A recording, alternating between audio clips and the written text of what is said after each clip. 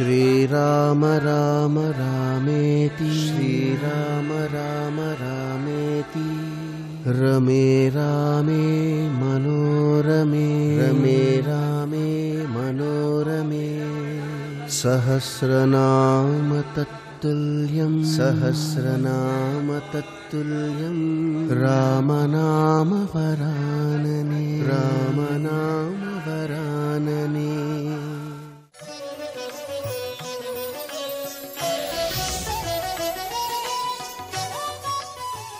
సీతమ్మంది కింహి సంశయమాపన్నే తస్మిన్నిహ మయా భవేత్ కర్తవ్యం హతిష్టంత్య యత్ ప్రధానాస్తమాగతః.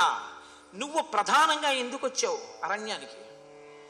రాముడి వెంట ఉండడానికి, రామునికి పక్కన చేదోడు వాదోడుగా ఉండడానికి వచ్చావు తప్ప నాకు రక్షణగా ఉండి రాముడిని వదిలేయడానికి నువ్వు రాలేదు. మరి ఇవాళ రాముడు ఆపదలో ఉండి హా సీత హా లక్ష్మణ అని నీ పేరు కూడా పెట్టి పిలిస్తే నువ్వెందుకు కదలటం లేదు? నన్ను రక్షిస్తానంటావేమిటి? ఇక్కడ నన్ను రక్షించడానికి నాకేం ఆపద వచ్చింది? నాకేం రాలేదే. పరిగెత్తుకు వెళ్ళి అన్నయ్య ఎలా ఉన్నాడో చూసి రావలసిన వాడివి చూసి రాకుండా నిన్ను విడిచిపెట్టి నేను ఎలా నీకేమైనా అయిపోతుందంటావేంటి? నాకేమైనా అవడానికి ఏముంది ఇక్కడ? శంకసం ఏమీ లేదుగా. నా దగ్గర ఉంటానంటావేంటి? నువ్వు తప్పకుండా ఏదో మనసులో పెట్టుకునే ఇక్కడ ఉంటున్నావు. మీ అన్నకి ఆపద కలగాలనే ఉన్నావు. లేకపోతే నువ్వు ఇక్కడ ఉండకూడదు, వెళ్ళిపోవాలి. నీ ప్రధాన కర్తవ్యం అక్కడికి వెళ్ళడం. వెళ్లకుండా ఇక్కడ నిలబడతావేంటి? వెళ్ళు వెంటనే అంటే లక్ష్మణుడు రెండు చేతులు జోడించి నమస్కరించి సీతమ్మతో అన్నాడు, అమ్మా దేవి దేవమనుష్యేషు గంధర్వేషు పతత్రిషు రాక్షసేషు పిశాచేషు కిన్నరేషు మృగేషు చ దానవేషు చ ఘోరేషు నస విద్వేత శోభనే యో రామం ప్రతియుధ్యేత సమరే వాసవోపమం అవధ్య సమరే రామో నైనం త్వం వక్తుమర్హసి నత్వామస్మిన్ వనే హాతుం ఉత్సహే రాఘవం వినా. అమ్మా నేను నీతో యథార్థం చెప్తున్నానమ్మా, నన్ను అర్థం చేసుకో తల్లి. రాముణ్ణి నాగులు, అసురులు, గంధర్వులు, దేవతలు, మానవులు, రాక్షసులు, ఈ మూడు లోకములలో దేవతలందరూ ఇంద్రుడితో సహా కొట్టకొచ్చి రాముడి ముందు నిలబడినా ఆయన భుజ పరాక్రమం ముందు నిలబడరమ్మా, వీగిపోతారు. కానీ తల్లి ఎవడో రాక్షసుడు మాయలు కల్పించాడు, నా మాట నమ్ము, ఇది దండకారణ్యం. కరుడు మొదలైన వాళ్ళని రాముడు చంపినప్పటి నుంచి వాళ్ళు మనసులో పగ పెట్టుకున్నారు అన్నయ్య మీద. ఏదో ఉపద్రవం తేవడం కోసమేనమ్మా ఎవడో మాయా కంఠంతో అరిచాడు రాముడి కంఠంలా. రాముడికి ఆపద రాదు, రాముడు అలా ఎప్పుడూ అరవడు. నచతస్య స్వరో వ్యక్తం మాయయా కేనచిత్కృత గంధర్వనగర ప్రఖ్య మాయాసా తస్య రక్షస. ఎవడో రాక్షసుడు మాయలు పన్ని అరిచాడని నన్ను నమ్మమ్మా అన్నాడు. తల్లండి నువ్వు ఇలా కావాలని నీకు అనుకూలంగా మాట్లాడే ప్రయత్నం చేస్తున్నావు, కానీ మేకవన్య పులి లాంటి శత్రువువైన నిన్ను తెలియక రాముడు వెంట వచ్చేందుకు అంగీకరించాడు. నువ్వెందుకు వచ్చావు అన్నది రెండు కారణాల వల్ల నాకు ఇప్పుడు బలపడుతోంది. ఈ రెండు కారణాల వల్లే నువ్వు వచ్చావు. సుదుష్టస్త్వం వనే రామం ఏకం ఏకోను గచ్చసి మమ హేతోః ప్రతిచ్ఛన్నః ప్రయుక్తో భరతేనవా. ఒకటి, రాముని వెంట వచ్చినట్టు వచ్చి ఒక్కడే ఉన్న రాముడు ఎప్పుడు మట్టు పెట్టబడతాడా అని చూస్తూ రాముడు మట్టు పెట్టబడిన తరువాత నన్ను పొందాలని రాముడి వెంట వచ్చి ఉండి ఉంటావు. లేకపోతే ప్రయుక్తో భరతేనవా హాని తలిపి రాముడు అరణ్యవాసానికి వచ్చి 14 ఏళ్లు పూర్తి చేసుకుని వెనక్కి వెళ్ళిపోతాడేమోనని భరతుడు నిన్ను ప్రేరేపించి ఉంటాడు. నువ్వు అన్నయ్య వెనకాతలే రక్షణకి వెళ్ళినట్టుగా వెళ్ళి అన్నయ్య మరణించేటట్టు చూడు అని చెప్పుంటాడు వెనక్కి రాకుండా. అందుకని మీ అన్నయ్య మరణించేటట్టు పన్నాగం ఏదో నువ్వే చేశావు. భరతుని యొక్క కోరిక పేరకైనా వచ్చావు, నా మీద కోరికతోనన్నా వచ్చావు. అందుకే నువ్వు కదలటం లేదు. లక్ష్మణ, మీ అన్నకి జరగరానిది జరిగితే నువ్వు నన్ను పొందవచ్చును అనుకుంటున్నావు.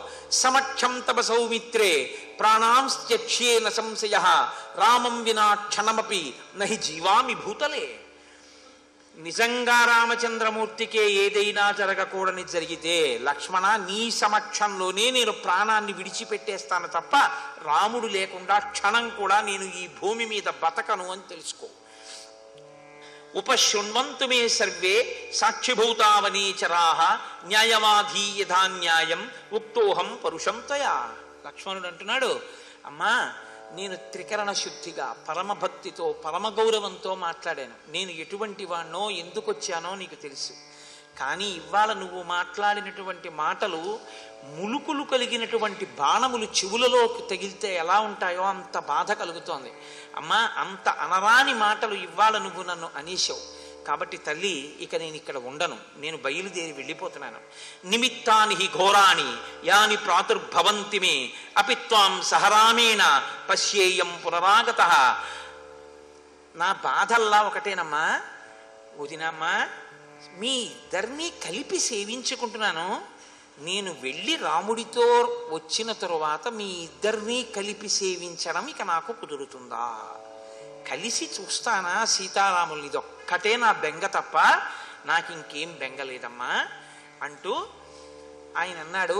ఈ వనదేవతలందరూ సాక్షి. రామాజ్ఞని నేను ఇవాళ ఎందుకు ధిక్కరిస్తున్నానో, ఎందుకు రామాజ్ఞని ఉల్లంఘించి వెళ్ళిపోతున్నానో, నేను ఈ మాటలు వదినమ్మ అందేని రేపు అన్నయ్యకి ఏమని చెప్పుకోను.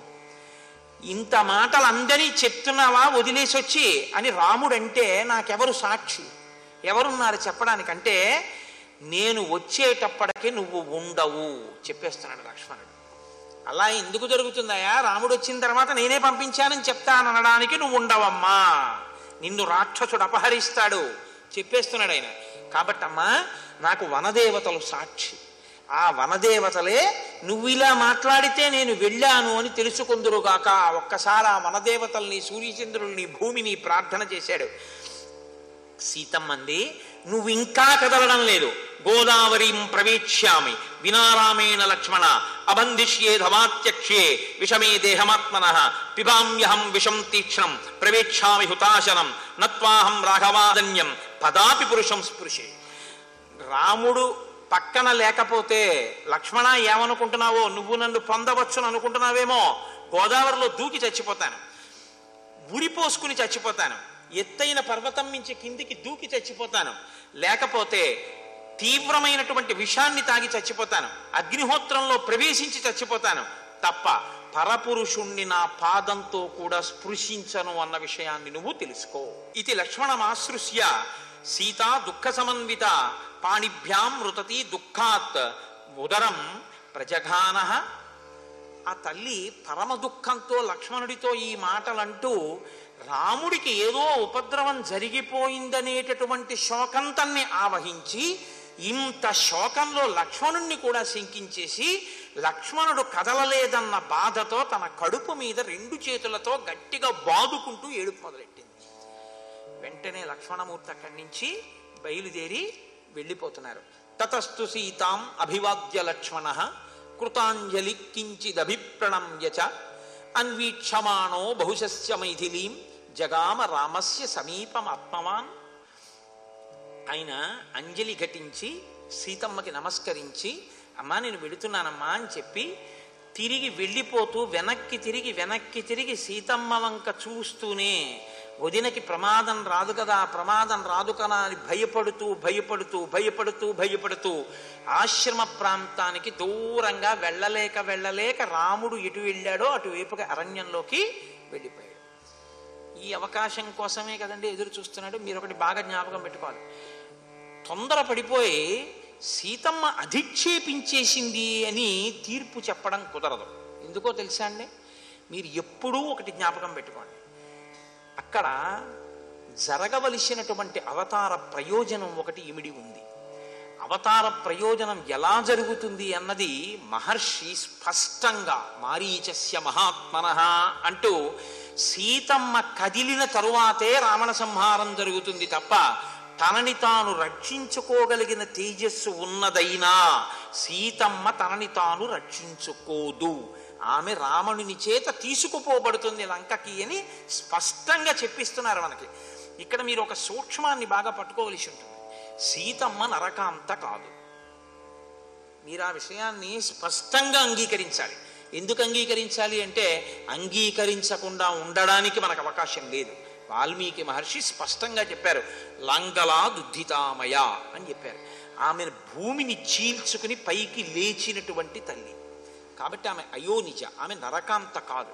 ఆమె ఎప్పుడైనా మాట్లాడితే పుంజానాం మానుషాం భోగా అన్నట్టుంది, నేను మనుషులు అనుభవించేటటువంటి సుఖాలు అనుభవించానంటుంటుంది. అయోనిజ కానీ నరకాంతగానే ఇవాళ నిలబడింది. రాముడిది ఎంత ధర్మమో సీతమ్మది అంతే ధర్మం.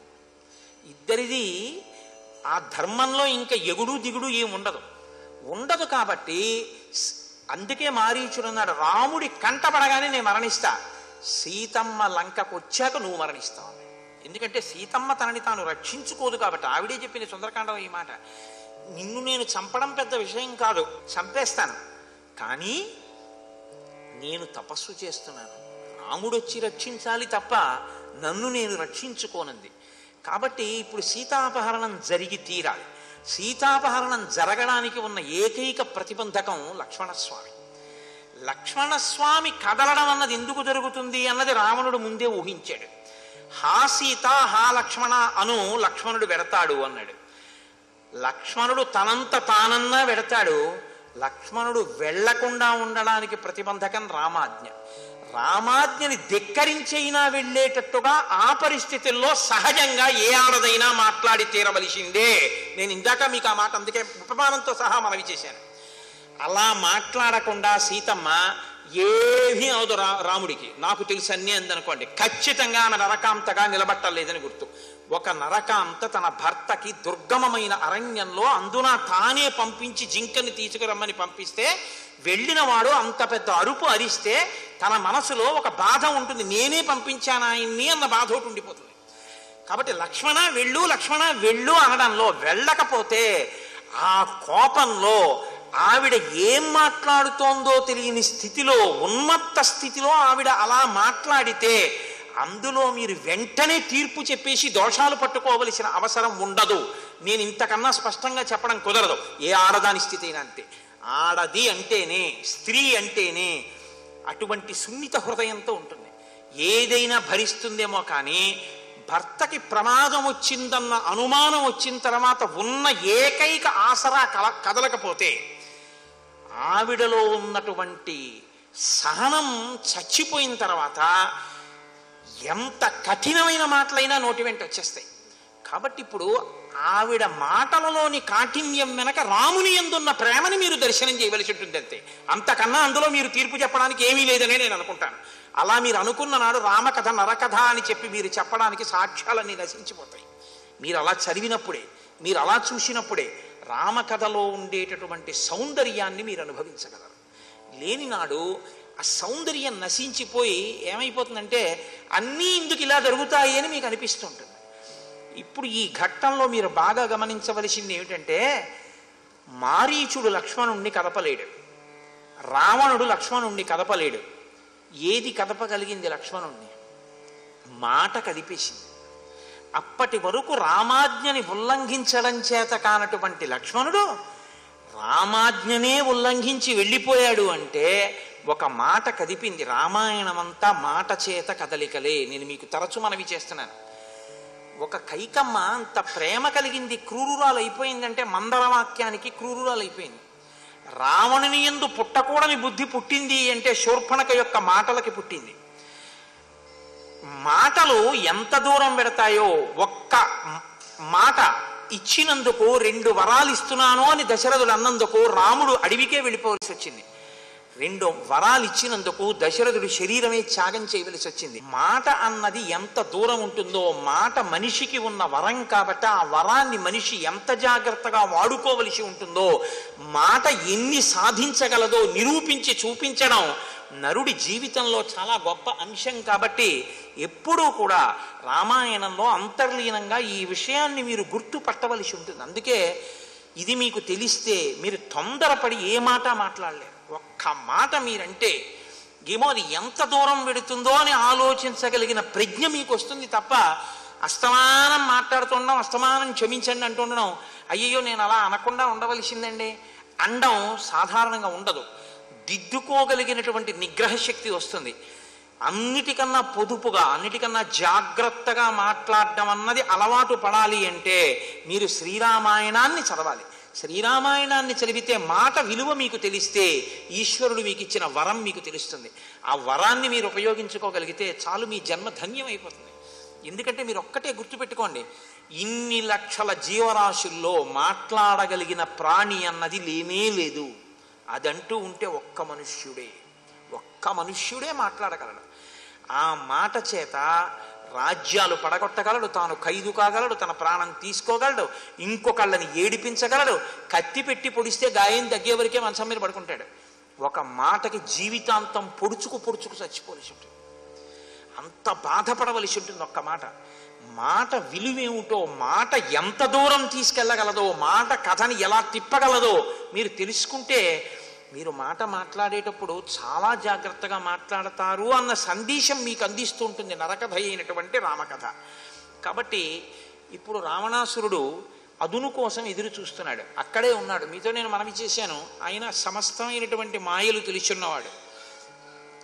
కాబట్టి ఆ పర్ణశాల ప్రాంతంలోనే ఆకాశంలో నిలబడి ఉన్నాడు, ఎవరికి కనపడడు, రథసహితుడై ఉన్నాడు, రథంలో కూర్చుని ఉన్నాడు. ఎప్పుడైతే లక్ష్మణుడు దూరంగా వెళ్ళిపోవడం కనపడిందో, సీతమ్మ ఒక్కతే ఉన్నదో, ఆయన ఉత్తర క్షణంలో రథం కనపడకుండా ఉంచి తాను మాత్రం భూమి మీదకి దిగి వేషాన్ని మార్పు చేసుకున్నాడంటే ఆయనకేం మేకప్ కిట్టెక్కర్లేదు, ఆయన సంకల్పంతో మారుతుంది. ఎలా మారుచుకుంటాడో తెలుసా అండి? లోకంలో అన్నిటికన్నా మీరు నమ్మదగినటువంటిది ఒకటి ఉంటుంది, మీరు ఎప్పుడూ అనుమానించడానికి అవకాశం లేనటువంటిది ఏమిటో తెలుసా అండి? సన్యాసి. ఎందుకు అంటే ఆయనకి సంకల్పం లేదు సన్యాసి. కర్మణాన ప్రజాధనేన త్యాగేనైకే అమృతత్వమానసో పరేణ నాకం నిహితం గుహాయాం బిభ్రాజతే తజ్జతయో విశంతి అని చదువుతుంటారు కదా ఆ కైవల్యోపనిషత్తులో నుంచి. ఆయన తన కొరకు అని చేయడానికి ఇంకా తనకేం ఉండదు, ఎప్పుడు ఆత్మానుసంధానంలో ఉంటాడంతే సన్యాసి. కాబట్టి సన్యాసికి ఒకళ్ళది పొందుదామని కానీ ఒకళ్ళది తీసుకుందామని కానీ ఆయనకేమీ కోరికుండదు. ఆయన మరి ఎందుకు రావాలి అప్పుడు సన్యాసి అంటే? సన్యాసికో లక్షణం ఉంటుంది, గృహస్థి ఎక్కడికుంటే అక్కడికి ఎడతాడు. ఎందుకు ఎడతాడు అంటే భిక్ష కోసం పెడతాడు. సన్యాసికి అధికారం ఉంది, ఆకలేస్తే గృహస్థు ఇంటి ముందుకు ఎడతాడు, భవతి భిక్షాందేహి అంటాడు. అంటే గృహస్థుకో ధర్మం ఉంది, ఏమిటో తెలుసా అండి? అలా వచ్చిన వాడికి అతిథి పూజ చేయాలి, తప్పకుండా పెట్టాలి. గృహస్థాశ్రమంలో ఉన్నది ఎందుకంటే బ్రహ్మచారికి సన్యాసికి అన్నం పెట్టడానికే. సన్యాసి బ్రహ్మచారి ఎవరి మీద ఆధారపడి బతకాలంటే గృహస్థు మీద ఆధారపడే బతకాలి. కాబట్టి ఇప్పుడు సన్యాసిగా వచ్చాడు అనుకోండి, సీతమ్మ అనుమానపడదు. సన్యాసి అంటే ఇంత ఆందోళనలో ఉన్నా సరే ఉన్న ప్రమాదానికి తోడు ఇప్పుడు ఈయనకి అతిథి పూజ చేయకపోతే ప్రమాదం వస్తుందని మాట్లాడుతుంది. ఏదైనా ప్రశ్న వేస్తే దాపరికం లేకుండా జవాబు చెప్పేస్తుంది. ఎందుకంటే సన్యాసిని మనసులో కూడా శంకించరు ఎవ్వరూను. కాబట్టి కాషాయ దండ మాత్రేణ ఇతి పూజ్యోన సంశయ, కాషాయం కట్టుకున్న దండం పట్టుకున్నంత మాత్రం చేత ఇతి పూజింపబడతాడు, అందులో సందేహం లేదు. ఇంకా అన్నీ విడిచిపెట్టేసిన వాడు. రామకృష్ణ పరమహంస ఒక విషయం చెప్తుండేవారు. వెనకటికి ఒక దొంగ రాజుగారి అంతఃపురంలో కన్నం వేసి దొంగతనానికి వెళ్ళాడు. వెళితే రాజు రాణి అంతఃపురంలో ఆయన వాళ్ళిద్దరూ పడుకుని మాట్లాడుకుంటున్నారు. ఒక్కతే కూతురు కదా, ఎవరికి ఇద్దాం అని. రాణిగారు ఏదో చెప్తున్నారు. రాజుగారు అన్నాడు, కాదు ఒక సన్యసించినటువంటి వ్యక్తికి బతిమాలి బామాలి నేను నా కూతుర్ని పరిచారికగా ఇస్తాను. ఎందుకంటే అటువంటి సన్యాసిని సేవిస్తే చాలా గొప్ప. ఒక సన్యాసికి ఏ కోరిక ఉండదు కాబట్టి అటువంటి వాడికి నా కూతుర్నిచ్చి ఆ సన్యాసిని తీసుకొచ్చి రాజ్యంలో సింహాసనం మీద కూర్చోబెడతానంటున్నాడు. అంటే మరి కొడుకులు లేరుగా. ఇది విని దొంగ అనుకున్నాడు, ఇవాళ రాత్రి ఇక్కడ కన్నం వేసి పెట్టుకెడితే ఏం వస్తుంది, గుళ్ళో మెట్ల మీద రేపు కూర్చుంటే రాజుగారి దర్శనానికి వచ్చినప్పుడు చూసి పిల్లనిస్తాడు, చాలా వైరాగ్యం ఉన్నవాళ్ళే కూర్చుందామని వెళ్ళి కూర్చున్నాడు. అంటే రాజుగారు మర్నాడు వచ్చి చూశారు. చూసి ఏమయ్యా చాలా బాగుంది, చాలా తేజోవంతుడిగా ఉన్నావు, వచ్చిన సింహాసనం మీద కూర్చో అన్నారు. అంటే వెంటనే అతను అన్నాడు, చిచ్చి ఒక్కసారి నిన్న నా కోరికతో కూర్చున్నాను కానీ రాజా ఈ బట్ట కట్టుకున్న తర్వాత ఇంకా కోరిక పోయింది, నాకు వద్దన్నాడు. సన్యాసి అంటే అలా ఉంటుంది. అందుకే కదండి అన్నవరం సత్యనారాయణ స్వామి వారి వ్రతకథలో సన్యాసి రూపంలో వస్తారు సత్యనారాయణ స్వామి. ఇప్పటికైనా వీడు నిజం చెప్తాడో లేదో చూద్దామని సన్యాసిని అడిగినా సరే లతాపత్రం చేయవాళ్ళని ఆకులు తీగలు అన్నాడు. అలాగే దొరుకుగాక అని ఆయన సంకల్పం చేశారంటే పడవ తేలిపోయింది. కాబట్టి సన్యాసిని అనుమానించడం అన్నది చేయకూడదు.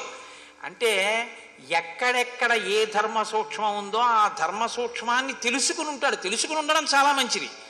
దాన్ని తన స్వప్రయోజనానికి వాడుకుంటాడు. అన్నాడు. అంత గొప్ప సన్యాసిని వేషం కట్టచ్చా అని చూడడం. పరమహంసే ఓ మాట చెప్తుండేవారు. వెనకటికి ఎవడో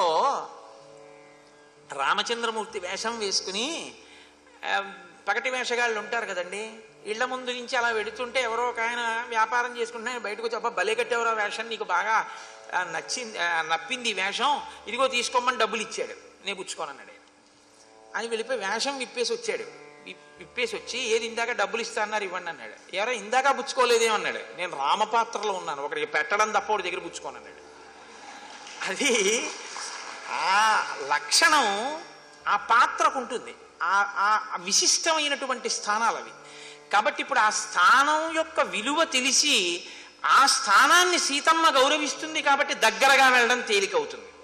ఆవిడేం అరవదు, గౌరవిస్తుంది, కూర్చోబెడుతుంది, మాట్లాడుతుంది. పైగా ఒక సన్యాసిని గౌరవంగా మాట్లాడి ఆదరించకపోతే శాపవాక్కు విడిచిపెడతాడేమో అని భయపడుతుంది. అసలే భయంతో ఉంది ఇప్పుడు. కాబట్టి ఇప్పుడే మనం లోపలికి వెళ్ళొచ్చు అనుకుని, శిలక్షణ కాషాయ సంవీత శిఖీ ఛత్రీ ఉపానహి వామే చాంసే వసజ్యాధ శుభే యష్టి కమండలు పరివ్రాజక రూపేణ వైదేహీం సముపాగమత్. ఆయన ఆ చేతిలో ఒక దండాన్ని పట్టుకొని, కమండలం పట్టుకుని, ఓ గొడుగు పట్టుకుని, ఒక సన్యాసి వేషం వేసుకుని పరివ్రాజకుడి రూపంలో ఆమె యొక్క పర్ణశాలలోకి ప్రవేశించాడు. సీతమ్మ తల్లి ఆయనకి స్వాగతం పలికి కూర్చోపెట్టింది, అర్ఘ్యపాద్యాదులు ఇచ్చింది. పచనం చేసిన పదార్థం ఉంది, తీసుకుంటారా అంది. నీకు ఇంకా ఏమైనా తినవలసినటువంటి పదార్థములు ఉంటే చెప్పు, నా దగ్గర ఉన్నటువంటి పదార్థములను సమర్పిస్తాను, వాటిని నువ్వు తీసుకుని నీ కడుపు నిండా ఆహారమును స్వీకరించు అని ఎక్కడ శాపవాక్కు విడిచిపెడతాడోనని పరమ మర్యాదా పురస్సరంగా ఆవిడ అతిథి పూజ చేసింది. సర్వం శ్రీ ఉమామహేశ్వర పరబ్రహ్మార్పణమస్తు. స్వస్తి.